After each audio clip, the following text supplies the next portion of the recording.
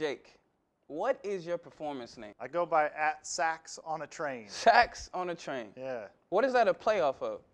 It's kind of like Snakes on a Plane. I wanted to have the name Jake's on a Train, but on the social media it was already taken on Instagram and Twitter. So I thought about it for a couple days and decided on Sax on a Train instead. Got you. So you've been playing for 18 years. Obviously, you're in love with the art form of jazz. So what was that moment like when you first knew, I love this?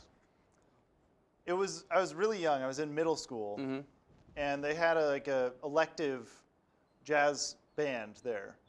And the first time I saw the jazz band play in an assembly, and I saw somebody making up music on the fly, like improvised solos, I was like, that's fascinating. Like, I really want to get into that, understand that, be able to do it.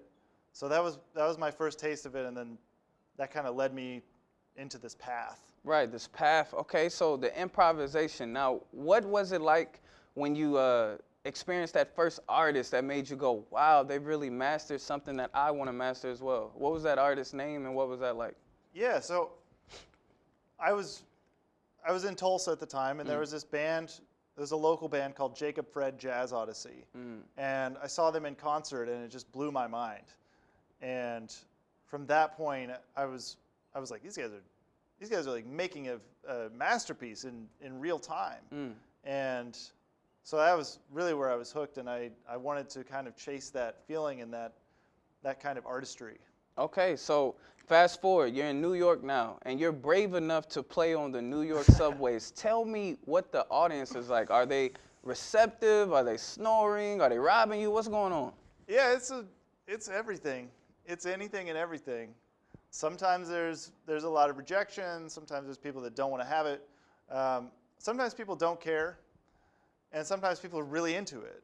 So it kind of depends. If I walk on the train and there's some people who are already kind of feeling it, then usually the whole car will start to like change and have a positive reception of it.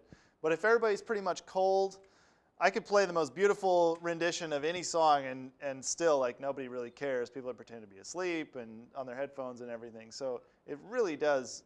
It's like night and day. It's crazy the variation I see.